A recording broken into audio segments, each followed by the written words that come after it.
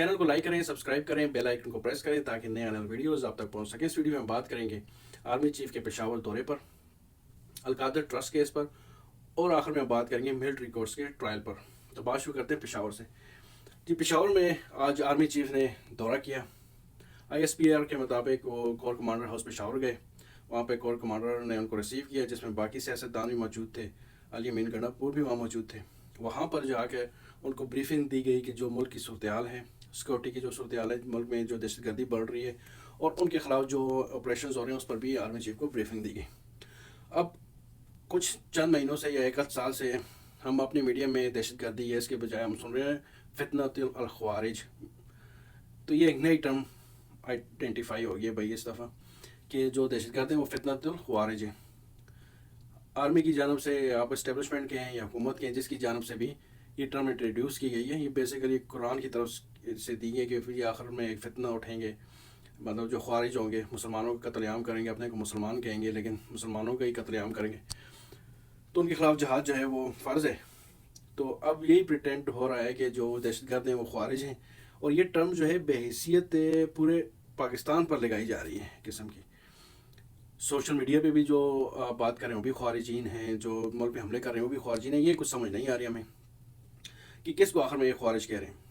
जो लोग इस्लामाबाद गए थे वो ख्वारिज थे, या जिन उनके ऊपर कत्लेआम किया उनका वो ख्वारिज थे, जिन्होंने नहते लोगों को जो है वो गोलियां बरसाई गई, आंसू कैसे फेंकी गई, वो लोग ख्वारिज हैं।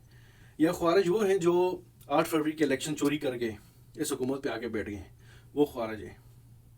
तो ये फैसला करना पड़ेगा कि ख्वारिज हैं कौन भाई, कि नहीं जिसको आप कह दिया है मखसूस अदारे ने कि ये ख्वारिजीन हैं तो वो ख्वारिज हो गए, उन पर जो है अब उनको सर्टिफिकेट मिल गया कि भाई इनको मार रहे हैं। बहरहाल जी, आर्मी चीफ को जी वहाँ पे ब्रीफिंग दी गई।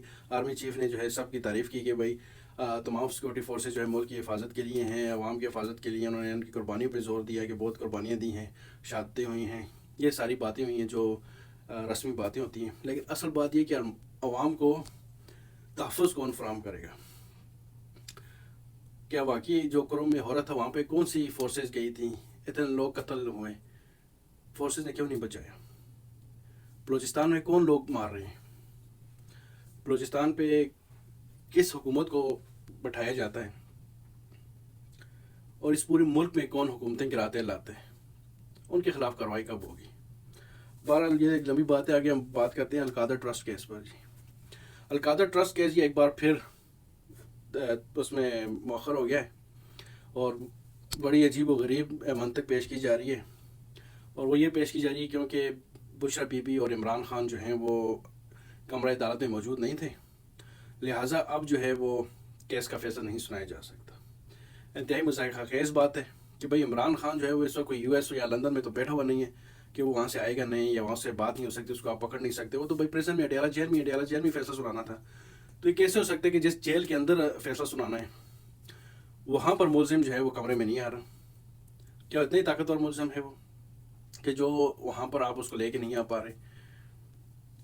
अब ये केस जो है तीसरी दफ़ा जब ये मुलतवी हो रहा है, अभी इसके ऊपर 2 तरह के तासर दिए जा रहे हैं। एक कि डील चल रही है, अभी तक डील फाइनलाइज नहीं हुई, तो जी ये किस्म का लोगों के आगे मीडिया में ये तासर फैलाया जा रहा है कि डील चल रही है और ये फैसला मौखर होता जा रहा है। अगर डील का फैसला नहीं होता तो तब ये जो है केस का फैसला सुनाया जाएगा। और इन केस अगर, क्योंकि इनके पास कोई लॉजिक बनती नहीं है इस केस को इमरान खान के ख़िलाफ़ इस्तेमाल करने की, और अगर इमरान खान बरी हो जाते तो ये होगा कि भाई ऑलरेडी डील हो चुकी है, डील के तहत ये फैसले हो रहे हैं, इमरान खान जो है वो अपनी सज़ाएँ पूरी करके नहीं है, डील की वजह से बाहर आ रहे हैं, ताकि वो अपने उनके पास ग्राउंड्स हों जिस पर वो खड़े होकर सियासत कर सकें। तो दूसरा तासर ये बनाया जा रहा है कि क्योंकि इमरान खान को काफ़ी केसेस में ज़मानतें होती जा रही हैं और उनको जो है चंद केसेस ही ऐसे हैं जिनके ऊपर वो अभी अरेस्ट हैं, जैसे अभी जिनकी समाअत भी होने वाली है, जो 9 मई की केसेस हैं, 8 जिनमें उनकी ज़मानत मुस्तरद हुई है।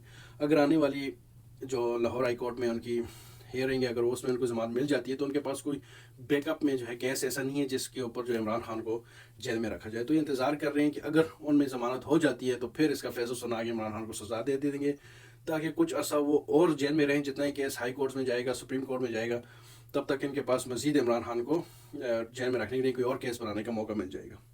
तो अब ये सारा खेल सिर्फ दिन गेन करने के लिए, अपना जो है टाइम बढ़ाने के लिए, इसके अलावा और कोई इसका नहीं जवाज़ नहीं बनता। वीडियो के आखिर में हम बात कर रहे हैं जी मिलिट्री ट्रायल्स की।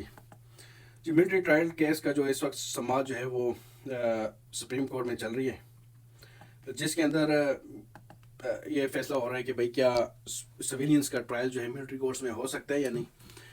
اس کے اندر ججز نے کافی اچھے ریمارکس دیے اور اب تک ججز کی باتوں سے یہ لگ رہا ہے کہ یہ ٹرائل کالعدم ہو سکتا ہے، اور اس کی بنیادی وجہ یہ ہے کہ جو ملٹری کورٹس کے حق میں جو بیانات آ رہے ہیں یا جو وہ اپنا باتیں یا پوائنٹس پیش کر رہے ہیں وہ ان کی کوئی اخلاقی یا قانونی حیثیت نہیں بنتی۔